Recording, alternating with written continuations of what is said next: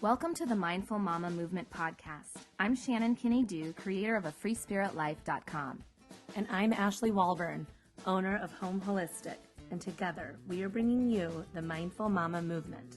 Mindful mothering is about nurturing your heart and soul while you nurture your children. It's about consciously awakening to your inner wisdom and being peacefully present as a mama, no matter where you are on your journey. From discovering your newborn to loving and accepting the wonderful people who've left your nest. Our movement is empowering mamas to be authentic and to live inspired lives. We're so happy you're here. To be free, to feel free, to be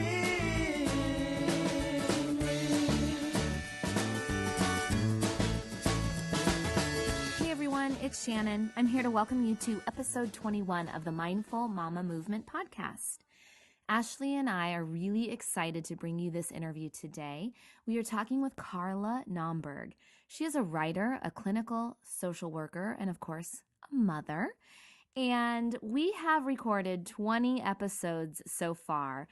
And although we love all of them, this is one of our favorites. We loved this conversation. Carla is not only wise and practical, but she's very down to earth and she's funny. And what I love about her is she is the first to admit how hard parenting is. She has great tips to share and she's personal in sharing her own journey of being a mom and being distracted and how she wanted to be more present while raising her children. She's written 2 books, one, Parenting in the Present Moment, How to Stay Focused on What Really Matters, and Ready, Set, Breathe, Practicing Mindfulness with Your Children for Fewer Meltdowns and a More Peaceful Family. Now, who doesn't want that, right? So I know you're going to love this show because not only do we get into the topic of what is mindful parenting and how do we be more present, but we also talk about the reality is we can't always be present. We have things that we have to do while raising our kids. And our kids are also distracted as they get older with video games and iPads and iPhones. And, we talk a little bit about the technology that's in our lives right now and what we can do to carve out family time, to find more peace in the midst of this chaos, but also to be really realistic about it. So enjoy the show. And before we get into the interview, Ashley and I wanted you to know that we are going to take a small break from our podcast. If you have not listened to our previous episodes, go back and take some time to catch up. If you are sad that we won't have a new show for a few weeks, make sure that you're a member of our Mindful Mama Movement group on Facebook. We'll still be active there. It's a lively, wonderful community, and we want you to be part of it. Carla will also be there to answer any questions that you might have, and we're doing a giveaway of her book, Parenting in the Present Moment. So definitely check us out on Facebook, join our group, and we will see you after our break, and we just appreciate you so much. So thank you for your support. Thanks for your reviews and ratings on iTunes. Make sure you subscribe to the show so you will be alerted when our next new show comes out. And we just appreciate you getting the word out about our podcast to your mama friends. Take good care, and we will see you soon. Enjoy the show. Hi, Carla. Welcome to the show. Hi, I'm really happy to be here with you. I know, we've been so excited to talk to you ever since I read your book. I've just been like, counting down the days to get to talk with you. And so why don't you tell our listeners a little bit more about who you are, the work you do, and what stage of motherhood you're in? Absolutely. So I'm a clinical social worker by training, and I'm also a writer. And what that looks like in my daily life is that I have a private practice where I provide support and education and psychotherapy to parents, mostly moms, but parents in general, really helping them with anything that gets in the way of their parenting. And then I've written 2 books about mindfulness and parenting. And I do some speaking gigs and awesome podcasts like this. So that's my professional life. And then in my personal life, I have a husband and 2 daughters who are 8 and 6.5, and I have a completely insane kitten who is new to our family and keeping us on our toes. She's really cute and she's psychotic. Are the girls loving having a kitten? I think they're mixed. They really love having a kitten. They do not love having this little furry creature leap up and grab their braids with her claws and then try to chew on them. That's actually quite disconcerting when that happens, which happens a lot during dinner, and then the whole dinner kind of gets blown up because everybody's freaking out about the cat. But yeah, mostly they love the kitten. It's mostly a little love fest, which is really nice.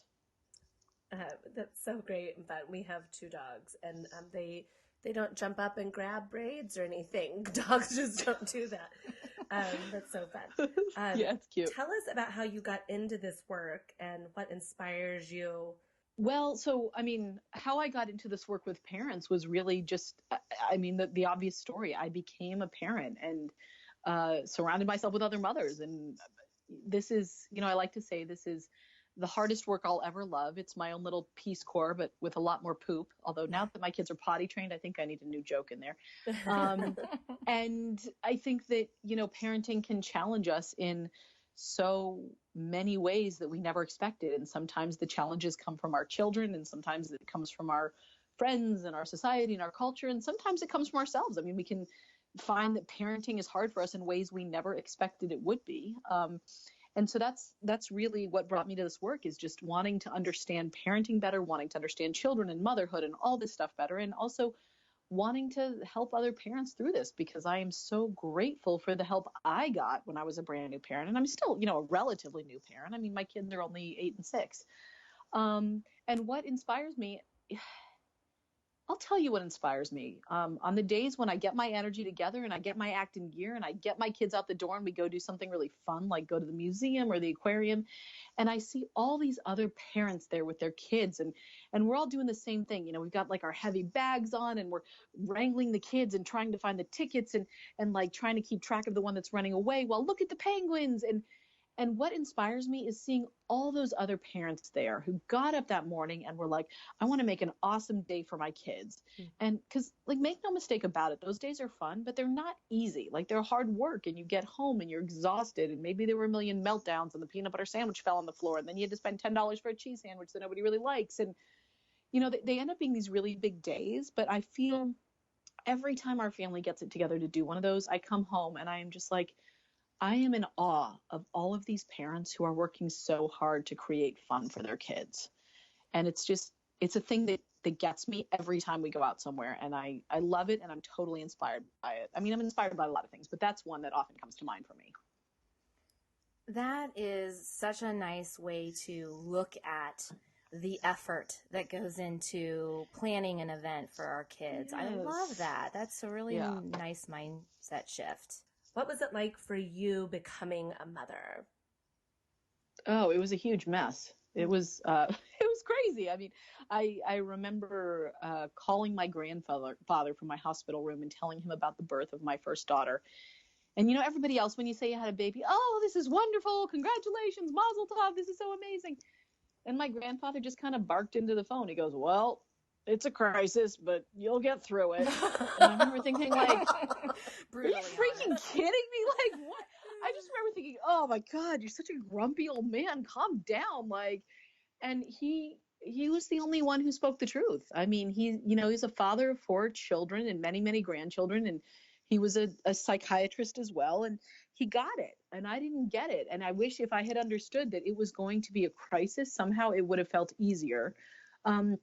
But it was incredibly difficult. I think I was dealing with postpartum anxiety that was not diagnosed. So all you mothers out there, I am a clinical social worker trained in this stuff, and I didn't see it for myself, and I wasn't sleeping. And at the beginning, my child wasn't eating very well. And then by the time I got the hang of it, when my big girl was 11 months old, I was pregnant again. So the first 2 years were a mess. And that's not to say there weren't moments of joy and I wasn't feeling connected to my kids. And it's not to say I regret any of it, but it was probably one of the hardest times of my life.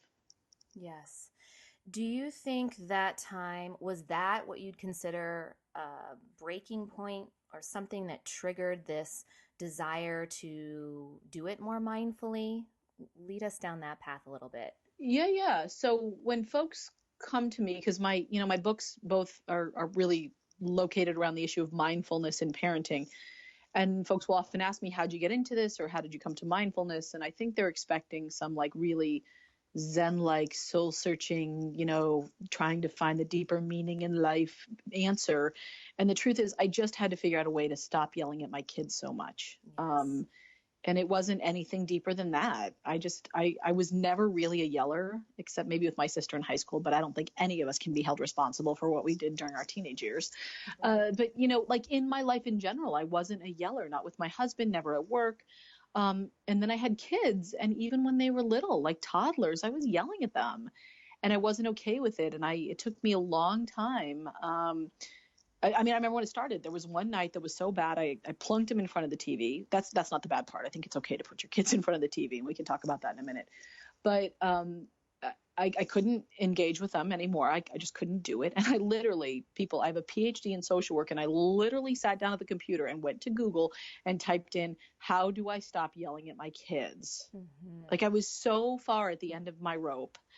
And I got all these ideas from these mothers who all seemed to have figured it out. And it was like, count to 10, breathe into your pillow. I think my favorite one was scream into the toilet. Oh, really? And I was like, really? Because my life is already filled with enough of that stuff. Like, I don't need There's got to be around a way. Yeah, I had 2 kids in diapers at the time. I was like, I'm good with this. Thanks, no. Mm-hmm. And what I found was that I couldn't. I made my whole list. I was like, I'm going to do all these things instead of yelling. But the problem was, if I could have done those things, I would have done them in the first place. Like I didn't even know how to calm down enough to realize I was going to yell so that I could make a different choice. Like if I had been capable of counting to 10, I probably wouldn't have been yelling. Do you know what I mean? Because I could have stopped myself. And so it was really coming to this place of mindfulness where I had to kind of train myself in the easier moments to notice where my mind was and to notice what I was feeling and to calm down and refocus myself. And when I started learning how to do that in the less stressful moments, then I was more likely to catch myself in the more stressful moments so that I could, catch myself before I would start yelling. Now, I don't want any mother listening to this or any parent listening to this to come away and think that I never, ever yell at my kids. That's not true. And any parent who leads you to believe that they are perfectly zen and calm in every interaction with their children is doing you a major disservice and either on drugs or lying, because I just don't think that's possible. Yes. I just said that. But I snap at them less often. And when I am yelling or snapping at them, I am more likely to either catch myself mid-yell and kind of calm myself down, or I can regroup more quickly and say to them, you know what, guys, I'm sorry I yelled at you. I'm having a really hard time managing your behavior or helping you with this problem, or I'm in a bad space because of X, Y, and Z. So clearly I need to, sit down and take a few deep breaths, or maybe we can put on a show so we can all have a little space, or maybe I need to go for a walk and you can hang out with daddy, or whatever it is. So, I'm losing it with them less often. And when I do lose it with them, I can sort of get myself back on track a little bit more quickly. Well, I think that's really helpful to hear for other moms who we all want that permission that we're not a bad mom because we feel like we screwed up because we yelled at our kids. I mean, it happens to everyone. But I do think there's that commonality that we turn on ourselves like, oh, I'm a failure. I'm, a bad mom for yelling at my kids. And so what would you say to that mom who is in that place of maybe guilt or shame around yelling? Like, what's her first step to kind of get to that place where you ultimately did, which is to find that new awareness? Yeah. I mean, I think the first step is to notice those voices in your head and what they're saying, because I think so often, and I certainly had this experience, we are saying absolutely horrible things to ourselves. I mean, things that we wouldn't say to maybe we'd say them to our worst enemy, maybe on a really bad day, but we wouldn't say them to anybody we really cared about, right? Like, can you imagine, your friend comes to you, she's had a really awful parenting moment, and she says to you, God, I feel like such a terrible parent. I really lost it with my kids. What do you say to her? Yeah, you actually really screwed that up. You're a horrible parent. Like, what right do you have to even think you can do this? You've probably messed that kid up for life. You would never say that to a friend. And yet so many of us say some version of that to ourselves on a regular basis. Mm-hmm. And so what I would say to moms is, can you notice when you're even doing that? Can you like hear that voice and get enough space from it to see that those are the words going through your mind? And then from there, the trick is really to give yourself a little self-compassion. And, you know, there's a whole field of research around self-compassion and what it is and how it works and how it makes our lives a lot easier and how it actually makes it easier for us to change our negative behaviors, it's pretty powerful stuff. And I got to be honest, every time I say it, it sounds really cheesy to me, but once you start doing it, it's so effective. And so now the voice in my head when I have a parenting fail, if that's what you want to call it, is, wow, this is really hard. This is really hard. It's hard for everyone. I'm having a rough day here. What can I do to make this a little easier on everyone? So it's not saying, don't worry about it. It doesn't matter. Anything you do is fine. Because obviously not. Like, none of us want to lose it with our kids. And that's not to say, you know, for sure, it's not going to screw our kids up when we yell at them from time to time. Like, that's part of being in a relationship and weathering the ups and downs and figuring out how to apologize and reconnect. Or how to tell their kids that they need to get their act together, whatever it is. But when you can say to yourself, wow, this parenting gig is hard for all of us. We all struggle. What do I need right now? Right? That's something you might say to your best friend. And when you can start to replace the really negative voices in your head with something a little more supportive, it makes parenting a whole lot easier and more pleasant. And it makes it much more likely that you're going to sort of be able to get into a better headspace. Because if you've got these really negative thoughts racing through your mind, and then your kid happens to like show up, just walk into your field of vision, chances are you're going to explode those negative thoughts all over your kid too, whether or not you mean to. But when you can kind of be calmer to yourself and kinder with yourself, it's more likely that's how you're going to interact with your child. Mm-hmm. I notice that when I am feeling so taxed or I'm trying to do too many things at once is usually when I start getting snappy. And, you know, so I'm curious from your perspective and, you know, why is it so hard for us to practice being more present? And what can we do? We hear it all the time, you know, be in the moment and practice that presence. But how do we do that when we're struggling with so much stuff on our plate as it is? Absolutely. So you asked two important questions there. One is, why is it so hard to be present? And the other is, how do we practice it? So there are many reasons why it's hard to be present, and I'll run through them pretty quickly. One is that honestly, our brains weren't wired that way. The human brain is wired to worry about the past, remember the past, and plan for and anticipate the future. And this is like a very useful thing to be able to do, because if we can remember that our child has a peanut allergy and we can plan ahead and send them to that birthday party with, you know, a peanut-free cupcake and an EpiPen, we're going to avoid anaphylactic shock and a massive meltdown, right? This is a good skill to remember and plan. But when the problem is when we're constantly doing it, when our brains are constantly somewhere else. And the challenge with that is that's actually where our brains want to go. So it's actually work to get our brains to be in the present. The more we practice it, the easier it is. The other reasons it's hard to be present is there's so many. Parenting can be immensely boring sometimes. It can be immensely unpleasant or agitating. And it's harder to be present when things aren't fun. Our society does not encourage our presence. I mean, how many times have you read a job description that said ability to multitask required? Right? So our society is set up in this way where we're saying, hey, the more things you do at once, the better you are at whatever you're doing, which is completely the opposite of the truth. And as parents, you know, we're exhausted, and a tired brain is a wandering brain. It's going to go in a million different directions and worry whatever. So what I would say to parents who are having a hard time being present is, and want to practice it more, is first, let's get very clear. Being present with your children doesn't mean that your attention is perfectly focused on them at every moment. That's not possible. It's not what they need, and it's going to burn you out in about 20 seconds. So being present for your children is about being able to look at them, notice what they're doing, and make a judgment call. Is this a time when they need my presence?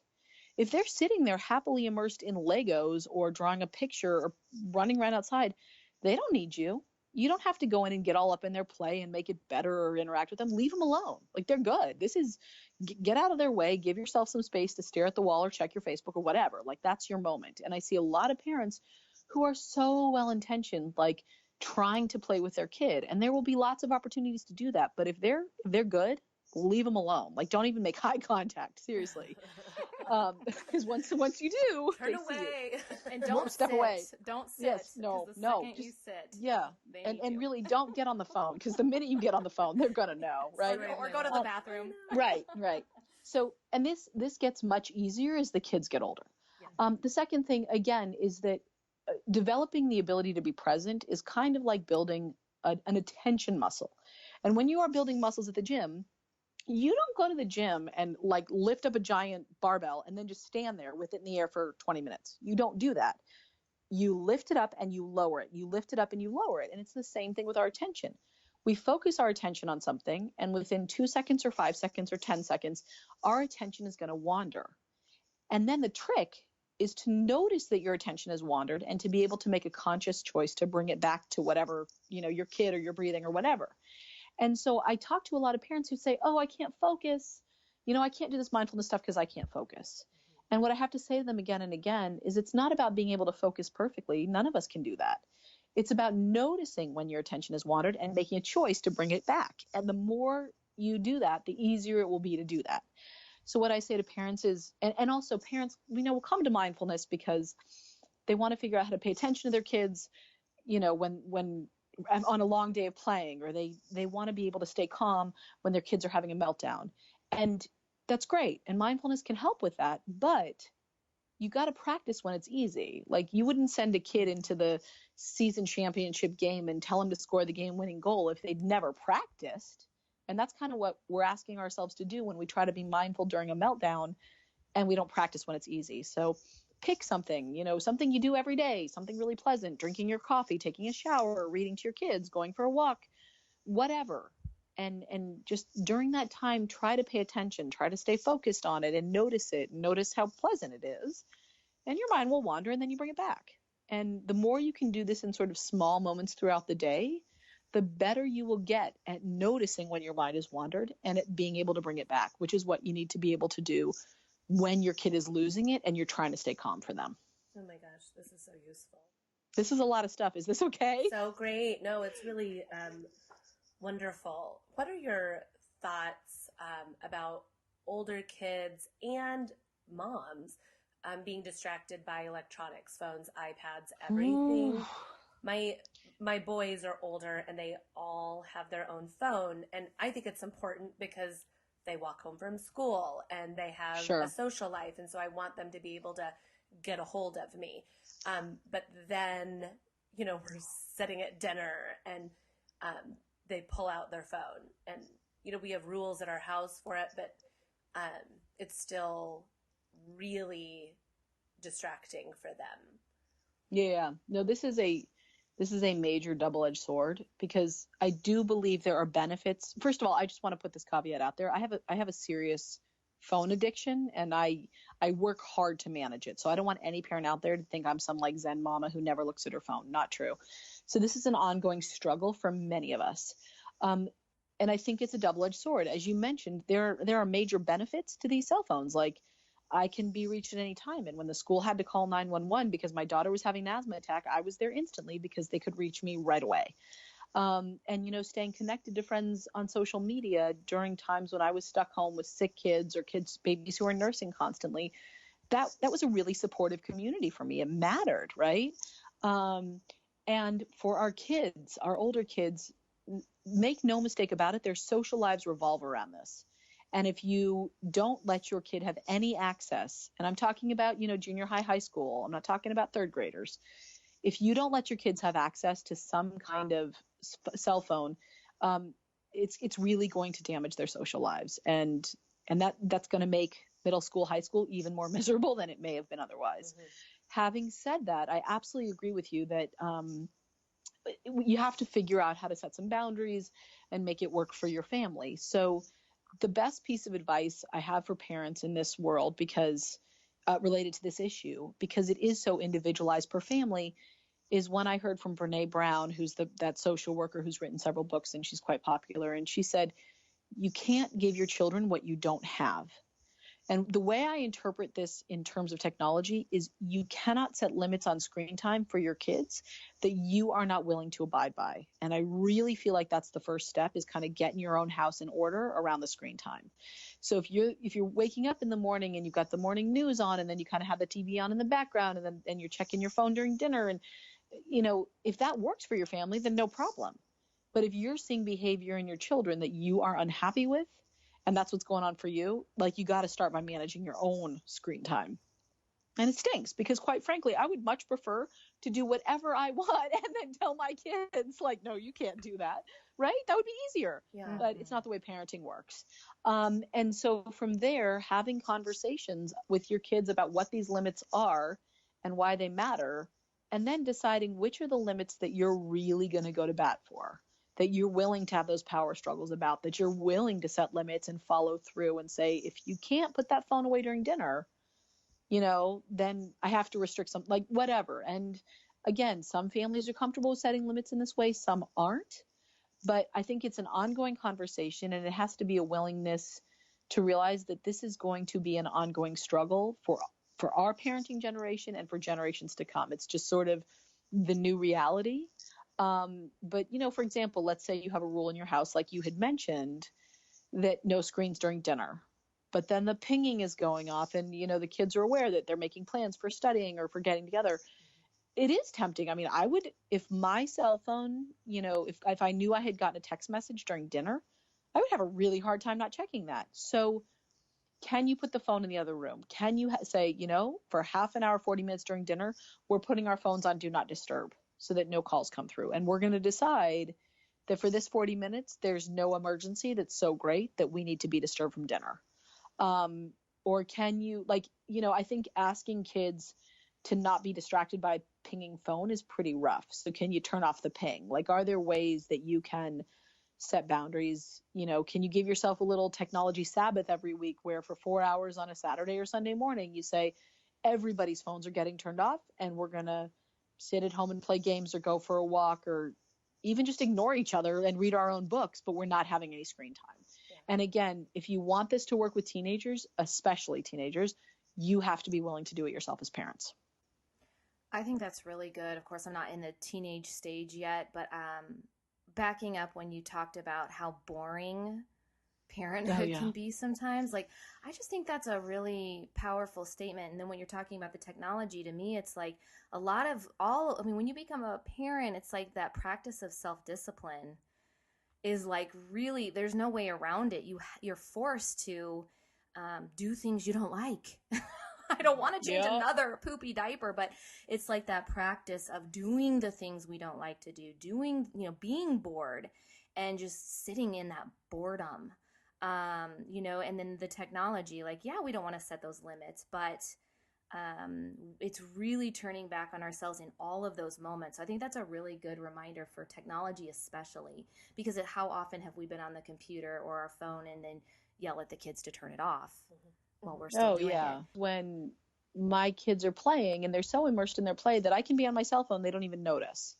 But then there are times when I'll be sitting at dinner with them some nights, and honestly, it's intensely boring. It just is. They're talking about stuff I'm not interested in. They're taking forever to eat their dinners. I'm feeling anxious about getting everything done. And I do have this impulse to reach for my phone. And that is not a skillful time for me to do that. And so I don't want parents to hear, especially moms who are home full time with no childcare, that they can never be on their phones around their kids. I don't think that's true. But it's trying to notice, does my kid need me right now? Or am I trying to set sort of the stage or communicate values about what we do? Like, if you really don't care about being on the phone at dinner time, and I know families that this is not their main connecting time. They have lots of time they connect, but it's not during dinner, and they all eat dinner in front of their screens, and that's fine. I don't have a bee in my bonnet about dinner. I think finding time on a regular basis to connect is important, but it doesn't have to be, in my mind, dinner. For many families it is. But if that is a time when it's your primary moment to sort of live this value of connection and presence with your family, then that's probably not the best time to be on your phone. But if you're like, we do family game night every night and we would much rather play games, and so we're all checking Facebook while we shove our food in our face, fine. Like, I don't care. That's fine. Mm-hmm. So just thinking about when you're on your phone and whether or not that's a reasonable time to do it. That's great. It makes me think about one of the topics that's been coming up recently in our community is how mothers are navigating with a spouse who may have different thoughts about even the way they're raising their children, or what's going on during their day, and where they put their energy and all of that. And so I'm curious, just from your perspective, if for moms listening who are really on board with wanting to be more mindful, wanting to practice this presence, wanting to set these limits for themselves, but maybe they don't have a spouse that's really on board yet. Do you have any tips on how to introduce this concept even of being more mindful to your partner? Absolutely. So what I would say is don't. Really, with very few exceptions, there's nothing more annoying than somebody telling you need to be more mindful. We all know it. And so what I would say is mindfulness is an inherently sort of internal experience, right? It's this experiencing of recognizing and noticing where we are, what we're thinking, what we're feeling, and then getting curious about our experience, being really kind to ourselves. And then from that place of sort of calm awareness and curiosity and kindness, we can choose what we're going to do. So it's getting out of this reactive mode, getting more into this intentional mode. And there's no reason, yes, it would all be lovely if we and our parenting partners were all on the same page all the time, but that's not reality, right?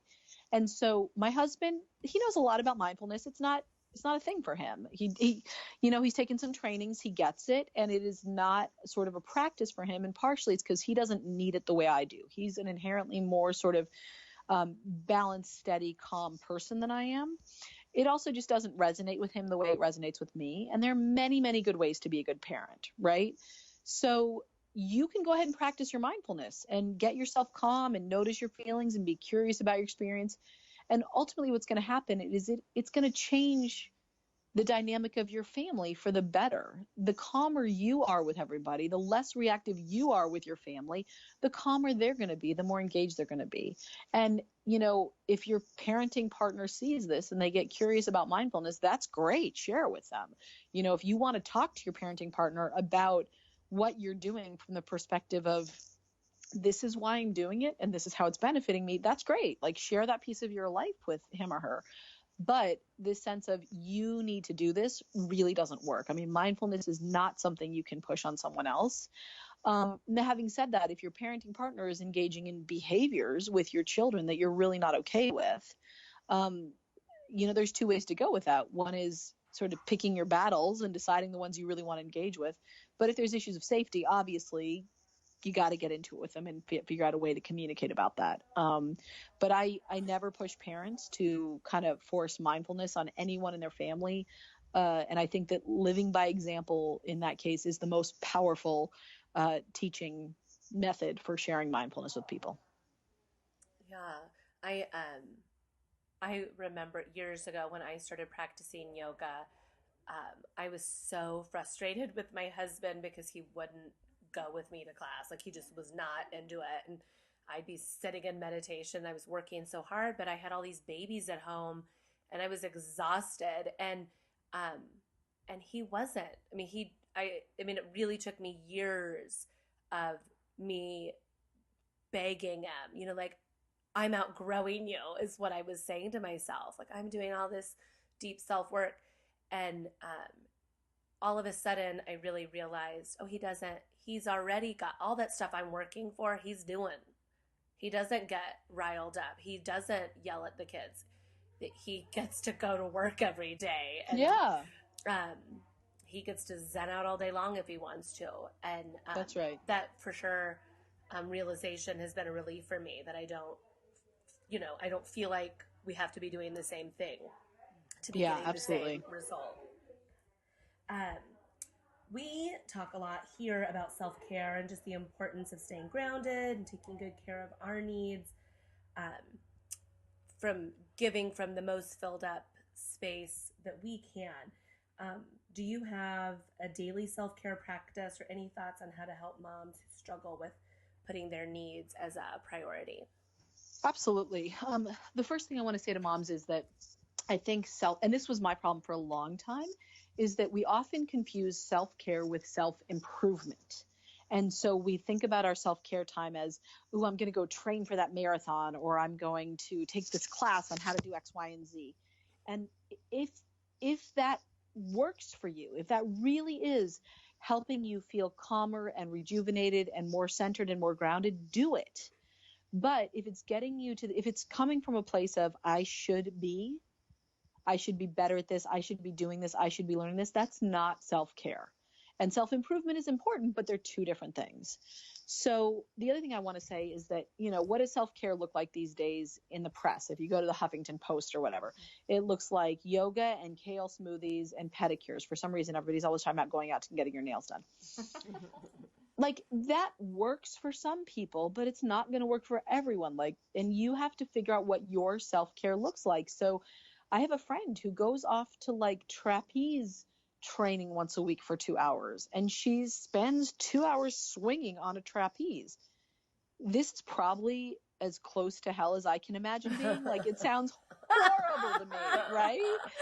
And I'm like, you're insane. But this is a massive dose of self-care for her. And so I think really taking some time to experiment with, I spent about a year when I was going to get manicures or pedicures once a month. And then finally I was like, what am I doing? I don't like having strangers touch my feet. This doesn't actually make me feel better. So where I've landed, and I went to yoga classes and I was going to the gym and I tried all these things. So what self-care looks like for me is getting as much sleep as I possibly can, because I really fall apart in pretty epic ways when I don't sleep. And that means getting in bed by 9:30 every night, which is a stretch for me. And I have to leave things undone, but I work hard to do it. Finding ways to walk for 30 or 40 minutes a day. And this is not super intense physical exercise. It is me, walking at a decent pace, but I'm walking, I'm not running. And I listen to murder mysteries on my headphones while I do this. And, it's not a yoga class. I'm not spending 40 minutes sitting in meditation, but I know, and I have found out through trial and error, that when I have my super compelling, engaging, page-turning audiobook waiting for me, and I only let myself listen to it when I go for a walk, I get myself out there, I do my walk, I feel better when I'm outdoors, I'm less snappy, my body feels better. So sleep and walking, honestly, are my two main self-care practices. And coffee, the right amount.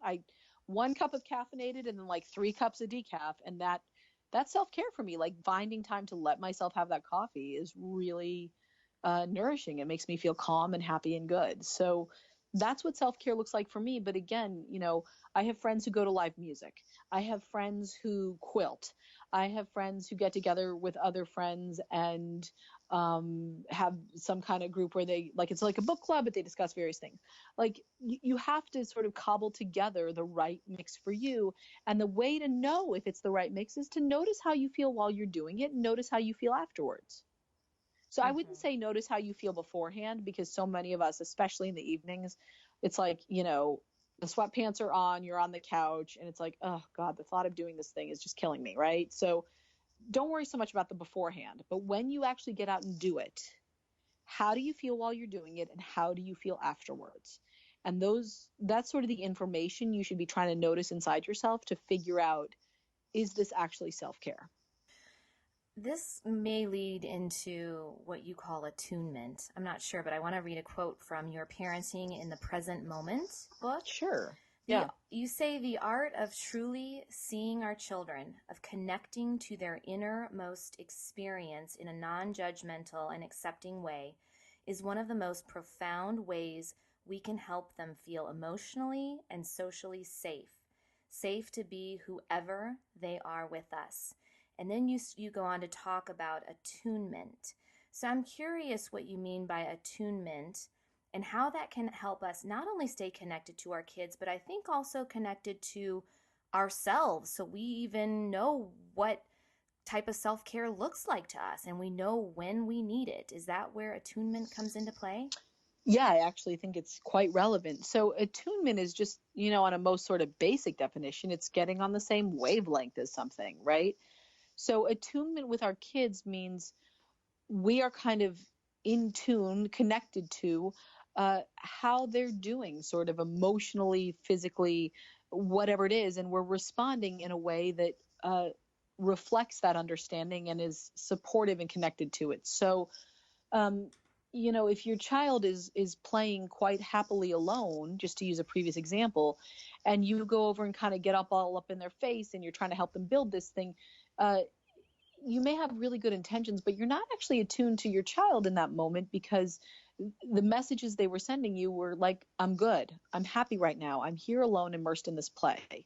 Um, and sometimes when our kids um, are hurting somehow, either physically or emotionally, the impulse that many of us have is to say, it's going to be okay, or it is okay, right? You're okay, you're all right. Yes. And this is coming from a place of such love and kindness, and we want to connect with and support our kids, but ultimately we're not attuned to their experience, because in that moment what they're trying to say to us is, I'm in pain, either physically, emotionally, whatever. And what we're saying is, no, you're not, you're okay. So we're on two different wavelengths, right? Their wavelength is, I'm hurting, and ours is, no, you're not, you're fine. Yes. And even though we mean it as, you're going to be fine, really, I think that's what we mean. We're trying to communicate to them, you're here, you're safe, you're going to be fine. They may not hear that. They may on some level hear, mom doesn't get me, mom's not hearing it. Now, that's not to say, look, if your toddler falls or your kid falls and they get a minor scrape, there's nothing wrong with saying, you're fine, brush it off, go play, right? And sometimes they can do that. So I'm not saying every single moment with our child is a moment where we have to get down on one knee and say, oh, I see, you're really hurt. Like, if it's a little scrape, there is value in learning that the world is going to respond to you and say, you're fine, suck it up, go do what you need to do. Like, our kids need to learn how to do that too. But, your kid will let you know if you're getting it right or wrong, and you don't have to be right all the time. So maybe half the time your kid, pulls it together, wipes their tears, and runs off and keeps playing. All right. So in that case, maybe you weren't super attuned, but it was fine. Your kid didn't need it. But if the kid keeps crying, no, mommy, I'm not okay, and they can't brush it off, they're letting you know that you're missing you're not picking up what they're putting down. Like, you're missing the signals they're sending you. And so, maybe saying, I see this really hurts for you. Like, you really, really hit your knee. It really hurts. I get it. Like, when I've hit my knee like that, it's in pain for a while. And that's being attuned, that's getting on their wavelength. And what we see, and what I've seen as a mother and a therapist, is often what people need to sort of start feeling better and feeling kind of freer and less stuck, is just have someone else connect with them and say, yeah, you are feeling some big feelings right now, and those are rough feelings, and I get it, and I'm here, and I'm not running away from you, and I'm not telling you they're the wrong feelings. And so what I try to do with my kids now is, if they're having a rough time, and again, I am more successful at this when I have slept, when I've gone for my walk, when I've had coffee, when I'm not checking my phone, when I'm not doing 80 million other things. But when I can, like, slow myself down and be with them, I will say, wow, that's a big deal. You're feeling really sad, whatever. We'll have a whole conversation. And then if I'm in a place where we got to get going and, like, get out the door, go somewhere, so I try to connect with them around their feelings, and then I try to shift them into, and now we're going to come out of this. So I'll say, I know this was a really big deal, and I know it really hurt, and I've been through something like this, and I know you're going to be okay. So what can we do to get you to that place where you can remember that you're going to be okay? So, but the connection, what the phrase that we use in the parenting world is connection before correction. So you want to connect with your child, you want to attune to them, and then you can say, all right, and now we kind of got to pull it together because the bus is going to be here in 5 minutes, But if you just say to them right away, no, you're fine, we got to go. Again, sometimes they can handle that, but if they can't, they'll let you know. And I think where this comes back to the self-care piece is, when we can acknowledge for ourselves what we're really struggling with and get attuned to it, we're going to get a lot more clarity on what we need. So if you're really struggling with, I don't know, family of origin issues, your parents didn't parent you well, and now you're having a hard time parenting, and you can get some clarity on that and acknowledge that, maybe you decide your self-care is talking to a therapist, and that's going to be much more useful for you than going out to ladies' night on Thursday night. Like, I don't, there's many different examples, but I think when we can tune in to what's going on with ourselves, and it's not always easy, but when we can do it, we're going to get a lot more clarity on what we need to take care of ourselves. Yes. That reminds me too, going back to the spouse conversation. It's, it's those moments where you just want a hug. You don't want like someone to fix anything. You just want that connection first before anything else. Yeah. Yep. Absolutely. Well, this has been really a beautiful conversation, and we don't want it to end, but we have to wrap up, and we like to always end with a mindful mama moment. It's something that we want our listeners to just feel inspired to do after the show, their takeaway after all of this conversation. What would you say that you'd like our moms to take away from our conversation today? That is such a great idea, such a great habit to have. And I would say my mindful moment is, moms, go easy on yourselves. Have a little compassion for yourselves. This parenting gig is so hard, and nobody is going to be perfect, and your parents don't need you. Your children don't need you to be perfect. And to the extent that you can be kind to yourself in response to the difficult moments, and remind yourselves that this is hard. It's hard for everyone, and you're going to get yourself through it, and you're doing okay. That would be the mindful mama moment. Just this moment of self-compassion and kind of just being nice to yourself, I would say. Can you tell us a little bit about the giveaway that you'll be doing and what book you're giving away? Sure. I would love to send out a copy of my first book, Parenting in the Present Moment, to a mom who wins it. And I'm also really looking forward to being on the Facebook group and answering any questions that moms might have. Thank you, Carla. And just before we go, tell us where our moms can find you. Sure. My website is carlanaumburg.com, and it's Naumburg, carlanaumburg.com. And you can find everything about me and my books and my practice and social media and my writing. It's all there for you. Well, thank you so much. We've enjoyed every moment of being with you. Thank you for being on the show. And thank you so much for the important work you do in supporting moms. I'm really grateful that there are folks like you out there who are creating these awesome communities. Okay, everyone, we hope you love that show as much as we do. Thank you, Carla, for sharing your wisdom with us. Head on over to Facebook and join our Mindful Mama Movement private group, where we are sharing in the discussion, where we are coming together in community and reminding each other that we are not alone. This is a hard job, but you aren't alone. Remember, mamas, to embrace imperfection and to be kind to yourself along the way. If you would like to sponsor the Mindful Mama Movement podcast, or if you have a guest idea or a topic that you'd like to see us cover, email us info@mindfulmamamovement.com. If you live in the Kansas City area, make sure to check out yoga classes and the Holistic Center at homeholistic.com. And if you are wanting help in finding more peace and presence and joy in your own life, visit afreespiritlife.com/life coaching for moms. I am now offering special life coaching sessions just for the moms in mind, and you can find out all those details there. Thank you to all of you for supporting our show, for being part of our community. Enjoy listening to our past shows, and we will be back soon with more wonderful shows to share with you. See you soon. Because we know you never know. Well, gather up all your brothers and sisters, hug your mom and tell your dad that you love them.